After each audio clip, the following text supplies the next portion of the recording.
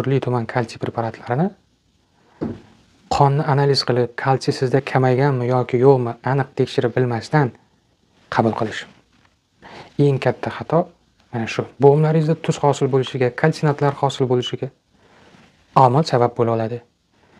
Sizni reklama qilib, ishontirib, maqtab, firmachilar har qanday va'dalari bilan, chorlovchi ishoralari bilan, aldov marketing biznes podxodlari bilan domiga tortadi. Siz uni sotib olasiz, oylab paqillatib, zo'r ish qilyapman, hammadan zo'r bo'lib ketar ekanman deb ichasiz. Lekin sizni organizmingizda kalsiy yetarli edi. Siz buni analizda ko'rmadingiz-ku. Attiga bitta определение уровень кальция в крови. Aniqlaysiz, organizmingizda qay darajada ekanligini bilib beradi. Kamaysa ichish kerak, kamaymasa qabul qilmaslik kerak. Nimaga kerak? Ortiqcha narsani hammasi organizmga yuk, zarar beradi. Shunday ekan, BAT preparatlari ham, adaptogen, vitamin, u bu ortiqcha hech narsani organizmga keragi yo'q.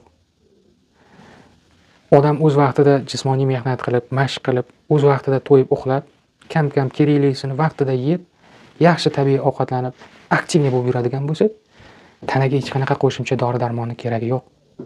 Tabiiy jarayonlar bilan prirodani o'zi, organizmni o'zi joy-joyiga qo'yaveradi.